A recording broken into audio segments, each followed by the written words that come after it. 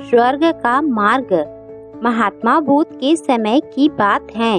उन दिनों मृत्यु के पश्चात आत्मा को स्वर्ग में प्रवेश कराने के लिए कुछ विशेष कर्मकांड कराए जाते थे।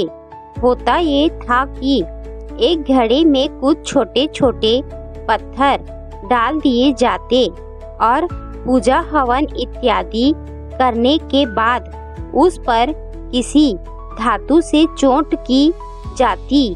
अगर घड़ा फूट जाता और पत्थर निकल जाते तो उसे इस बात का संकेत समझा जाता कि आत्मा अपने पाप से मुक्त हो गई है और उसे स्वर्ग में स्थान मिल गया है।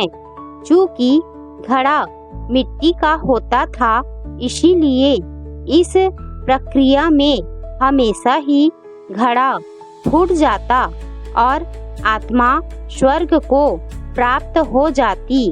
और ऐसा कराने के बदले में पंडित खूब दान दक्षिणा लेते। अपने पिता की मृत्यु के बाद एक युवक ने सोचा, क्यों ना आत्मा शुद्धि के लिए महात्मा बुद्ध की मदद ली जाए।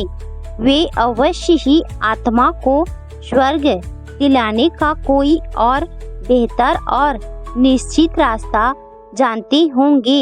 इसी सोच के साथ वो महात्मा बुद्ध के समक्ष पहुंचा।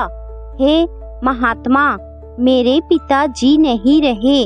कृपया आप कोई ऐसा उपाय बताएं कि यह सुनिश्चित हो सके कि उनकी आत्मा को स्वर्ग में ही स्थान मिले। युवक बोला। बुद्ध बोले, ठीक है, जैसा मैं कहता हूँ वैसा करना। तुम उन पंडितों से तो घड़े लेकर आना। एक में पत्थर और दूसरे में घी भर देना। दोनों घड़ों को नदी पर लेकर जाना और उन्हें इतना डुबोना कि बस उनका ऊपरी भाग ही दिखे।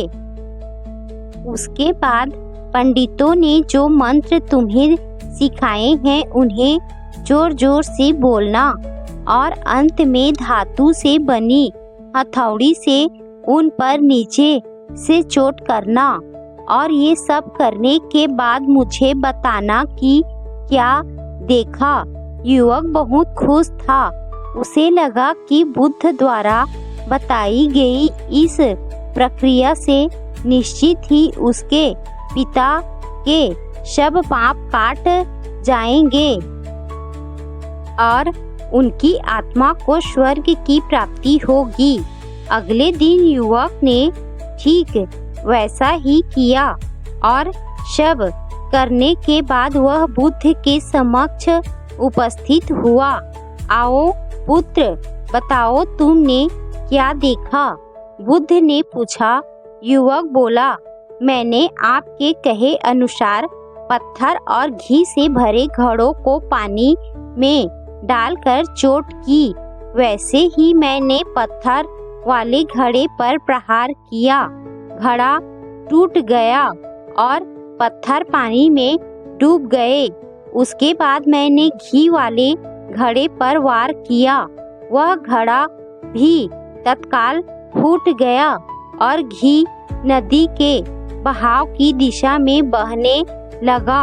बुद्ध बोले, ठीक है, अब जाओ और उन पंडितों से कहो कि कोई ऐसी पूजा यज्ञ इत्यादि करे कि वे पत्थर पानी के ऊपर तैरने लगे और घी नदी की सतह पर जाकर बैठ जाए। युवक हैरान होते हुए बोला, आप कैसी बात करते हैं? पंडित चाहे कितनी भी पूजा करे, ले पत्थर कभी पानी पे नहीं तैर सकता और घी कभी नदी की सतह पर जाकर नहीं बैठ सकता। बुद्ध बोले, बिल्कुल सही और ठीक ऐसा ही तुम्हारे पिताजी के साथ है।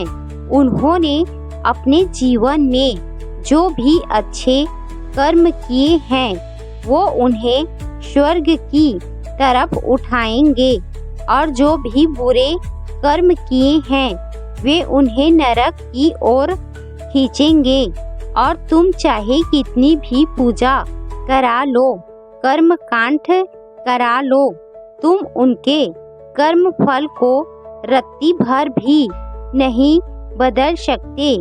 युवक बुद्ध की बात समझ चुका था कि मृत्यु के पश्चात स्वर्ग जाने का सिर्फ एक ही मार्ग है और वो है जीवित रहते हुए अच्छे कर्म करना।